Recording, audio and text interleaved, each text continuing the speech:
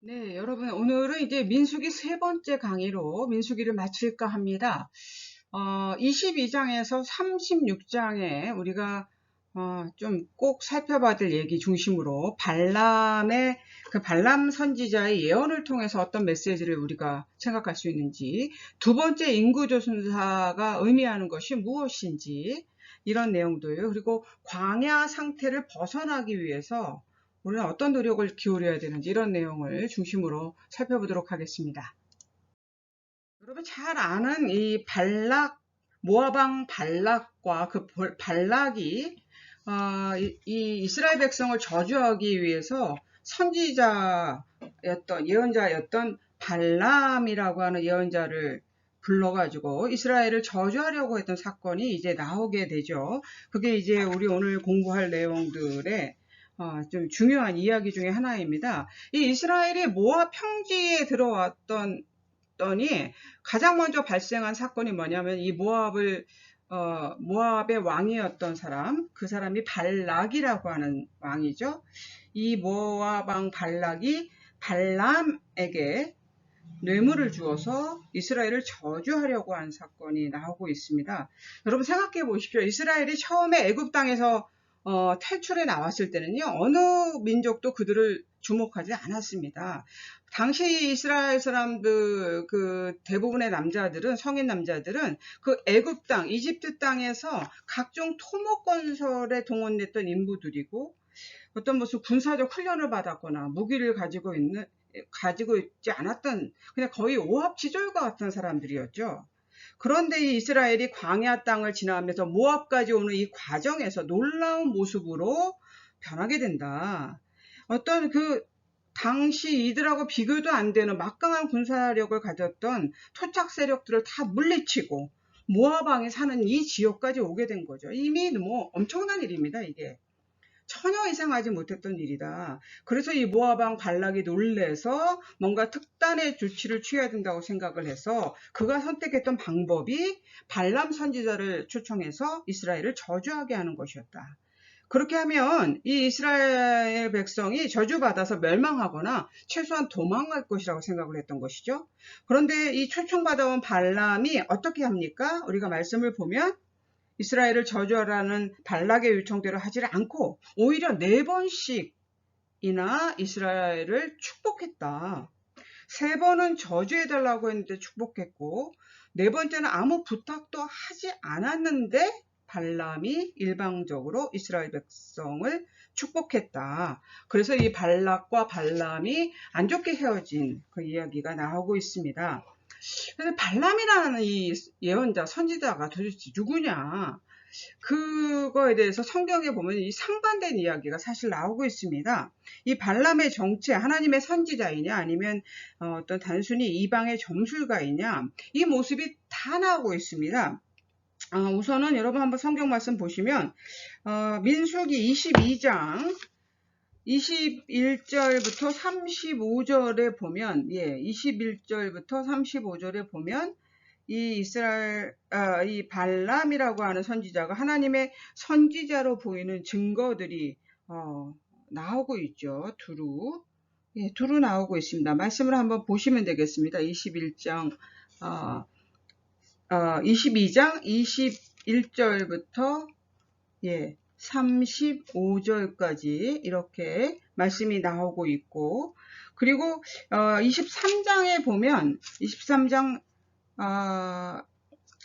4절, 5절 같은 경우에는 4절 보면 하나님이 발람에게 임하시는지라 이렇게 나오는 것은 하나님이 직접 하나님으로부터 말씀을 듣고 그가 어떻게 할지 지시를 받는 이야기가 나오고 있습니다. 그리고 스스로도 나는 하나님의 말씀을 듣는 자다라고 하는 표현이 나오고 있거든요. 그래서 그런 이야기들이 있다. 그런데 또 다른 이야기도 민수기에 보면 나오고 있는데 어떤 전형적인 이방의 점술가의 모습도 나오고 있습니다. 24장 1절의 말씀, 발람이 자기가 이스라엘을 축복하는 것을 여호와께서 선히 여기심을 보고 전과 같이 점술을 쓰지 아니하고 그의 낫을 광야로 향하여, 이런 말씀이 나오잖아요. 그 전에 어떤 점수를 자신이 했던 일을 얘기를 하고 있는 것이죠.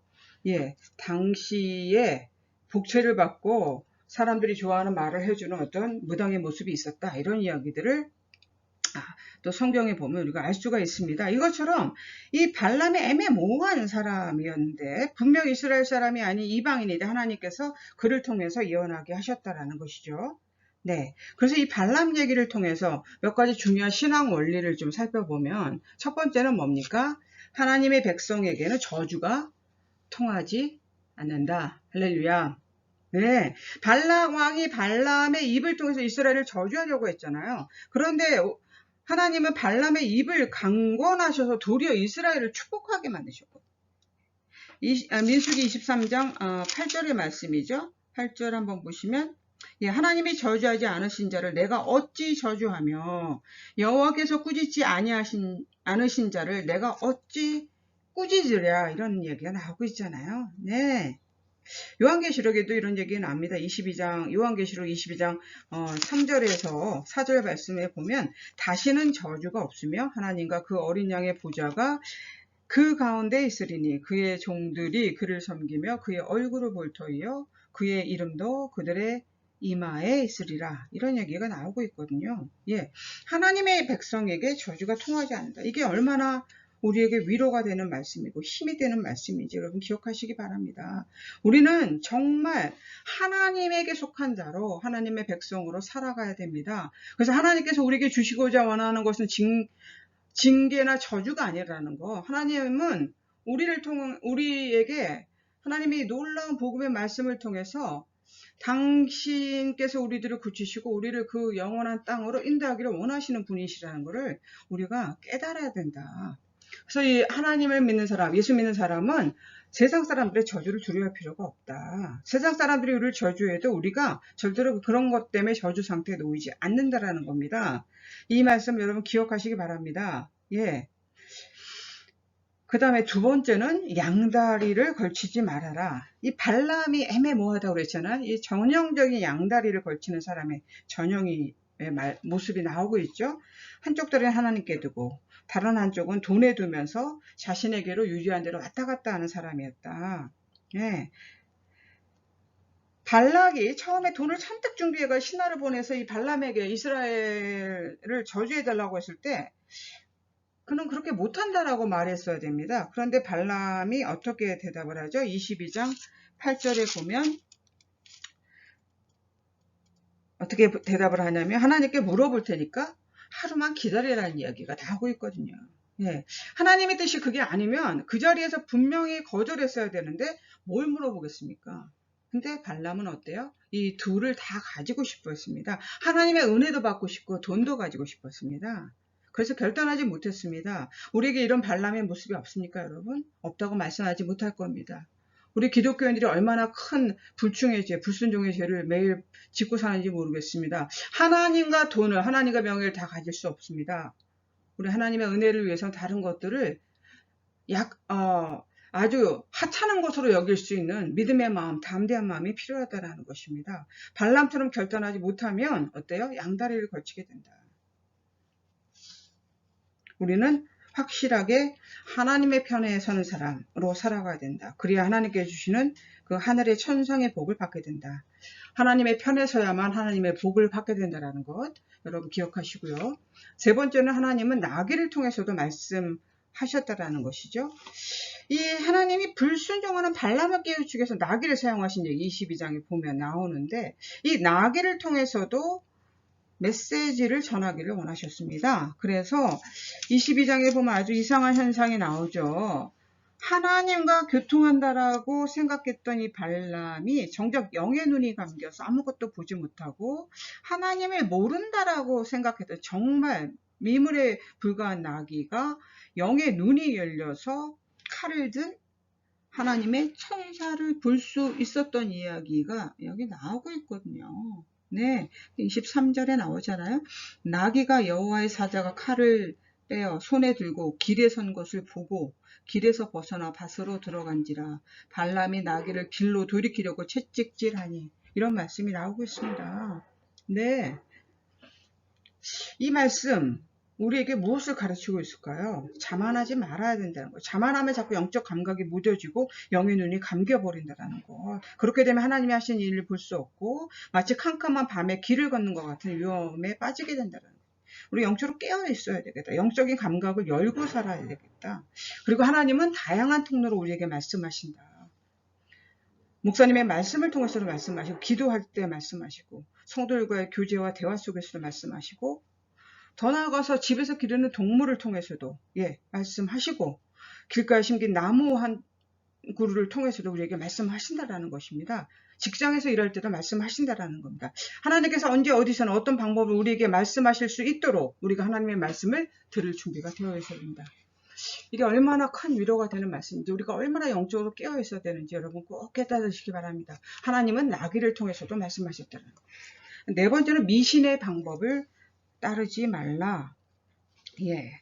이게 민수기 23장 13절에서 14절의 말씀이죠. 발락이 말하되 나와 함께 그들을 달리 볼 곳으로 가자. 거기서는 그들을 다 보지 못하고 그들의 끝만 보리니 거기서 나를 위하여 그들을 저주하라 하고 소빔들로 인도하여 비스가 꼭대기에 이르러 7 제단을 쌓고 각 제단에 숫송아지와 숫양을 드리니, 이렇게 나오거든요. 이 발람이 이스라엘을 저주하지 않고 오히려 축복했을 때 발락이 제안한 방법이잖아요. 그래서 장소를 옮겨서 다시 시도하라는 것이었잖아요. 그런데 그렇게 했는데도 발람이 계속 이스라엘 백성을 축복하니까 발락 왕이 다시 한번 장소를 옮기라는 이야기가 이제 23장 또 27절에서 28절에 나오고 있습니다. 미신의 특징이 뭐냐면 특별한 방법을 사용하면 신의 마음을 움직일 수 있다라고 믿는 것이죠. 발락 왕이 그랬습니다. 비록 지금 신이 자신의 기도를 거부했어도 방법을 바꾸면, 장소를 바꾸면, 끈질기게 시도하면 언젠가 신의 뜻을 굽힐 수 있다라고 발락 왕이 생각했다는 것이죠. 우리 기독교인 중에도 이런 식으로 믿는 사람이 간혹 있어요. 하나님의 뜻을 분별하고 그 뜻에 자기 뜻을 복종하는 것이 기독교 신앙인데, 반대로 자기가 원하는 것을 관철하기 위해서 끈질기게 시도하는 것을 신앙으로 착각하는 사람들이 있습니다. 만일 기도하는 것이 하나님께서 기뻐하시는 일이시면 그런 끈질긴 기도를 통해서 하나님께서 역사하십니다. 하나님은 우리가 하나님의 뜻을 위해서 열심히 구한 것을 이루어 주시기를 기뻐하시는 분이십니다. 그런데 기도하는 것이 하나님의 뜻이 아니라고 한다면 아무리 열심히 기도해도 아무리 오래 금식해도 그 일은 절대로 이루어지지 않습니다. 왜냐하면 하나님 우리를 사랑하시는 아버지이기 때문에 하나님의 뜻이 아닌데 열심히 기도한다고 때를 썼다고 들어주시면 우리가 그것 때문에 잘못된 게 뻔하기 때문에 사랑의 하나님은 절대로 그렇지 않으신다는 거죠. 그래서 기독교 신앙은 뭡니까? 하나님의 뜻에 무조건 순종하는 것이다. 미신의 방법을 따르지 않는 것이다. 그래서 어떤 목적을 위해서 우리가 기도하기 전에 그것이 하나님께서 기뻐하시는 것인지 그 일인지 아닌지를 잘 분별해야 되겠다. 이 말씀을 드리고 싶습니다. 5번째 발람의 예언을 통해서 우리가 얻을 수 있는 메시지는 메신저의 진실성과 메시지의 진실성이 일치하지 않는 경우가 있다는 것이죠. 어떤 사람을 하나님께서 하나님의 말씀이 전해지는 통로로 사용된다라고 해서 그 자체로 진실한 하나님의 선지자가 되는 것은 아니었다. 하나님의 말씀이 누군가를 통해서 전해진다면 확률상 그는 하나님이 인정하시는 선지자고 그도 그 하나님의 말씀을 전함으로 하나님의 복을 받게 되는 것인데 모든 경우가 그렇지는 않았다라는 것이죠. 그게 우리가 이 발람의 예언, 발람의 이야기를 통해서 알 수 있었던 이야기입니다.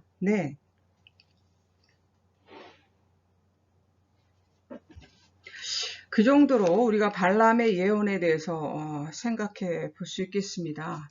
그래서 이 메신저의 진실성과 메시지의 진실성이 일치하지 않는다라는 것은 어떻게 우리가 좀 볼 수 있을까요? 어떤 악한 사람을 통해서 선한 결과가 나올 경우가 있잖아요. 근데 이걸 우리가 하나님의 능력의 관점에서 바라봐야 되겠다.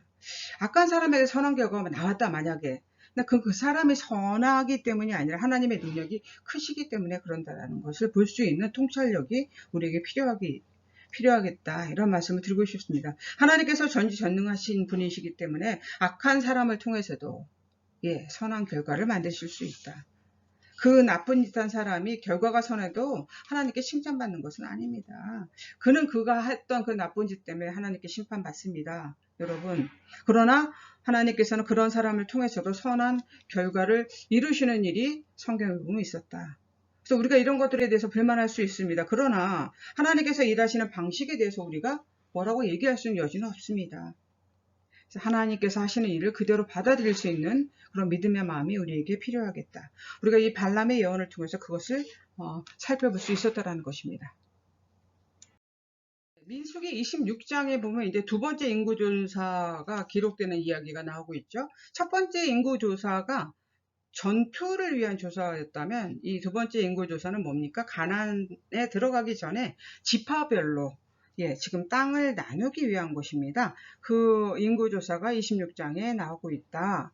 그래서 이 인구조사를 통해서 우리가 볼 수 있는 메시지는 한 세 가지 정도로 생각할 수 있죠. 첫 번째는 하나님은 하나님께 헌신한 사람을 책임지신다. 이야기가 나오죠. 네. 그 인구조사 2차 때에 눈에 띄는 사람 둘이 여호수아와 갈렙이죠. 1세대 중에 살아서 가나안 땅을 보게 된 단 2명의 사람이 여호수아와 갈렙입니다. 왜 이 두 사람만 가나안 땅에 들어갔을까요? 대다수의 사람들이 어때요? 가나안 땅을 포기하고 다시 애굽으로 돌아가자라고 주장할 때 이 두 사람만 거부하고 하나님의 편에 서 있었다. 그래서 하나님께 이렇게 헌신한 사람을 하나님께서 끝까지 책임지신 이야기로 생각해 볼 수 있다. 두 번째는 약속의 땅을 바라보며 미리 계획하라는 말씀으로 이 두 번째 인구 조사를 얘기할 수 있겠죠.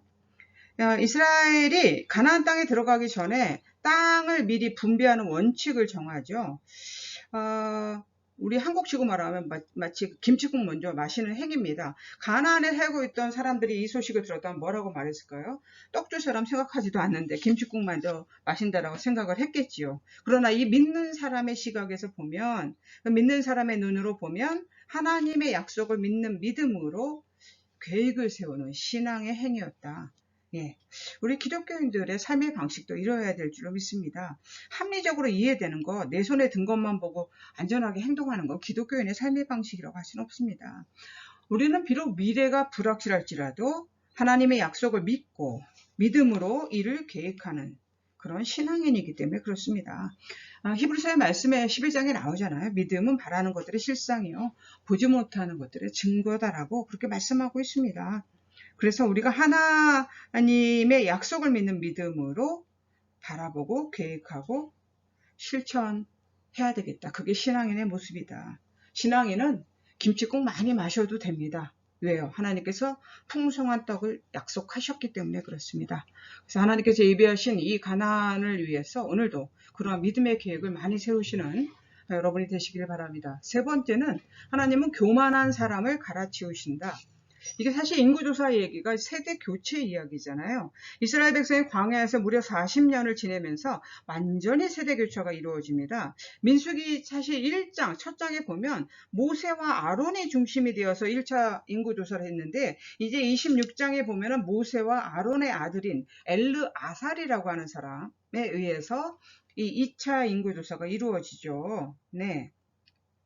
그래서 이 2차 인구조사 때 아론은 무대에서 사라지게 되고 이제 그의 아들 엘르아살이 최고 종교 지도자로서 그 역할을 감당하는 것을 볼 수가 있습니다. 그래서 이런 세대 교체가 이루어졌다라는 것.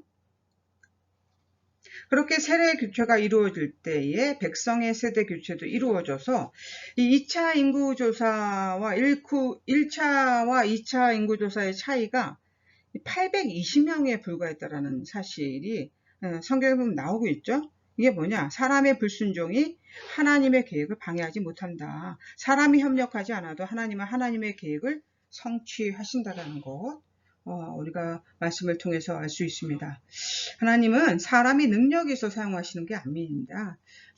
하나님은 사람이 하나님의 일에 협력하지 않으면 하나님은 돌을 사용해서라도 하나님의 일을 이루시는 분이시죠. 그래서 하나님의 일에 사용되는 사람은 절대 교만하지 말아야 된다. 자신의 능력 때문이 아니라 내가 하나님의 은혜 때문에 사용된다는 사실을 깨닫고 감사와 겸손의 마음으로 충성을 다해야 된다.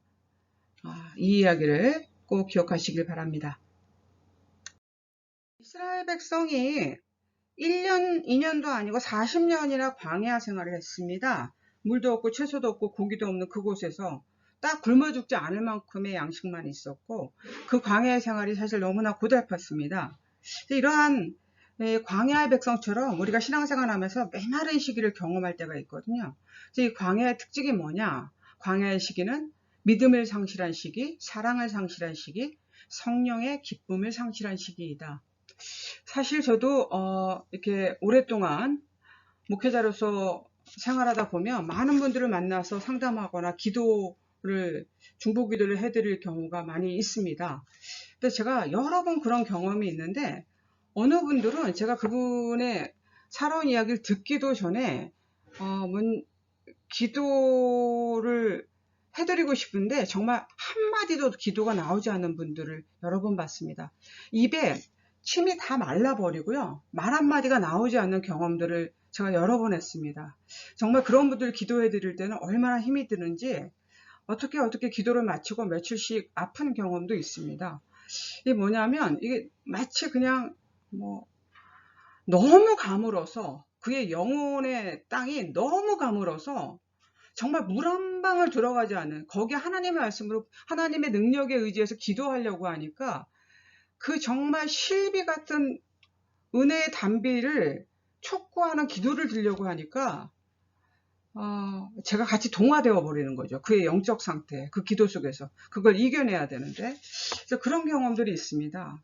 대부분 이런 이들이 겉으로의 조건이나 이런 것들은 어려움이 없는 이들인데 막상 깊은 신앙적 이야기에 들어가게 되면 어떤 경우들이 대부분이냐면 믿음과 사랑과 성령의 기쁨을 상실해서 무척 메마른 광야의 시기를 살아가고 있는 사람들이다. 그럼 그런 광야의 원인이 뭐냐? 왜 이렇게 광야 상태에 빠지게 되느냐? 첫 번째는 회개하지 않는 죄 때문에 광야의 상태에 빠지게 된다. 죄를 짓고 회개하지 않으면 그 죄의 독성에 마비가 돼서 광야 상태로 빠지게 된다는 거죠. 우리가 보통 죄를 구분할 때 능동적으로 짓는 죄, 자범죄라고 하고 마땅히 해야 할 것들을 하지 않는 태만죄로 이렇게 우리가 죄를 구분합니다. 자범죄는요, 남들도 다 인정하는 죄예요. 뭐예요? 도둑질을 한다든지, 거짓말을 한다든지, 남을 속인다든지, 사기를 친다든지, 탐욕을 부린다든지, 더 나아가 남을 때린다든지, 간음하고 살인하는 죄들입니다. 이런 죄들을 지을 때 작은 것 하나라도 다 하나님께 회개, 기도해야 한다는 것이죠. 예. 남에게 정말 남을 멸시하는 마음으로 눈 한번 흘긴 것들도 다 기억하게 해주셔서 회개하는 기도가 있어야 됩니다, 여러분. 우리가 얼마나 이 몸으로, 눈으로, 영혼으로 죄를 짓는지 모르겠습니다. 우리의 손과 입술로 얼마나 많은 죄를, 우리의 눈으로 죄를 짓는지 모르겠습니다. 작은 것이 아니다라고 치부할 것이 아니라 그것들 그렇게 아무것도 아닌 것처럼 넘겨버리고 그렇게 우리가 영적으로 무뎌져 있으면 그것이 점점 커져서 나중에는 어떤 양심의 가책도 여기지 않는 상태에 이르게 된다. 이러면 광야 상태에 있게 되는 것이죠. 태만죄, 이게 정말 하나님의 자녀라고 한다면 이게 자범죄와 똑같은 죄로 우리는 생각해야 됩니다. 태만죄가 뭡니까?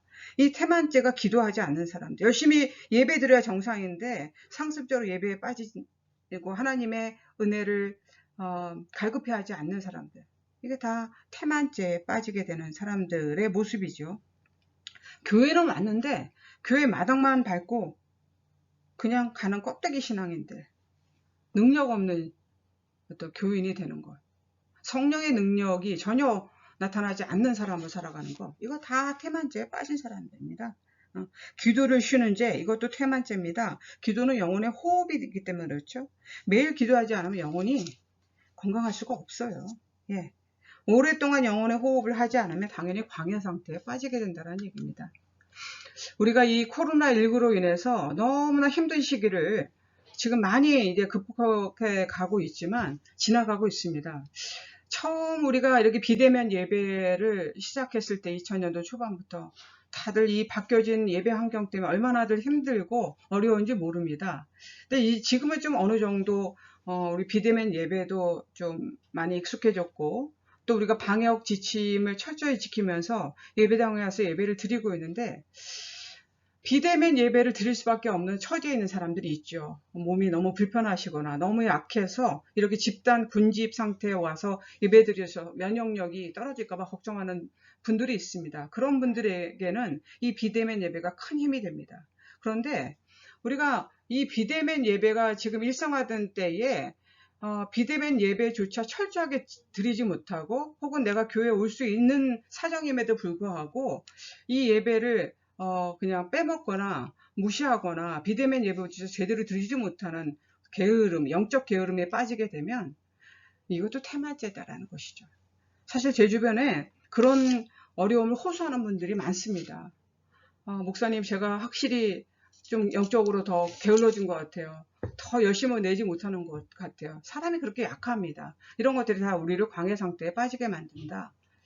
그리고 완전 성결에 대한 무지 상태 때문에 광해 상태에 빠지게 된다. 네.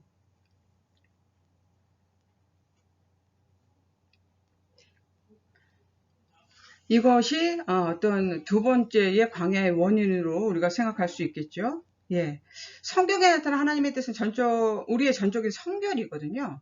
그래서 항상 성결하도록 하나님이 우리를 촉구하시는데, 이런 하나님의 기대치를 우리 과소평가하고 내가 뭘 할 수 있겠어 라고 생각하고 살아가는 것이 아니라, 그렇게 살아가게 되면 자꾸 우리가 광야 상태에 빠지기 때문에 그렇습니다.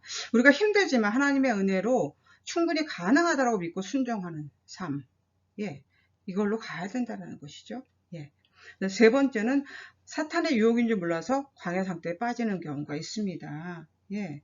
육신의 정욕과 안목의 정욕과 이생의 자랑들로 우리들을 유혹하기 때문에 이 세상 속에서 우리가 그런 유혹에 많이 빠지게 됩니다. 이렇게 되면 어때요? 이 광야 상태에 빠지기 쉽게 된다는 거. 사탄은 먹고 사는 문제로 우리를 유혹하고, 눈의 욕망을 채우는 것을 유혹하고, 남에게 보이는 허영심으로 우리를 끊임없이 유혹하고 있습니다. 그래서 유혹에 쉽게 넘어가게 되면 어때요? 광야 상태로 빠지게 된다. 근데 그걸 해결하는 방법이 뭐냐? 첫 번째는 죄를 회개하고 성경을 올바로 이해하고, 세 번째 제일 중요한 얘기죠. 영적으로 깨어 있어라. 지금 많은 신앙인들이 광야 상태에 빠져 있습니다. 구원의 기쁨도 없고 평안도 없고 하나님의 능력도 경험하지 못하고 있습니다. 이 광야 상태는 회개하지 않은 죄 때문일 수도 있고, 광야 상태에 대해 잘못된 이해 때문일 수도 있고, 사탄의 유혹에 대비하지 못한 영적 게으름 때문에 있을 수도 있습니다. 어디에서 내가 잘못되는지를 판단하고 그 광야 상태에서 탈출하시는 여러분 되시기를 소망합니다. 민수기는 하나님과 이스라엘의 사랑 이야기입니다. 가나안으로 들어가는 여정은 현실 여행입니다. 끊임없는 시행착오와 갈등을 통해서 하나님의 뜻에 맞추어 가는 가장 현실적인 여행입니다. 그런 의미에서 민수기는 가장 진솔한 사랑의 모습을 보여주는 책입니다. 우리가 완전해서 하나님이 우리를 사랑하시고 구원해 주시는 것이 아닙니다. 무너지고 보잘것없는 이 모습 이대로 하나님 앞에서 하나님 저를 들어서 쓰십시오 하는 그런 선언이 여러분에게 있어지기를 진심으로 소망합니다. 하나님, 우리 안에 있는 모든 죄를 회개하고 오직 말씀으로 길을 인도하시며 영적으로 깨어 기도하는 하나님의 자녀들이 되게 하여 주시옵소서. 그리하여 광야의 길에서 벗어나서 주께서 알려주시는 가나안 땅으로 무사히 입성하는 우리 모두가 되게 하옵소서. 주 예수 그리스도의 이름으로 기도드립니다. 아멘.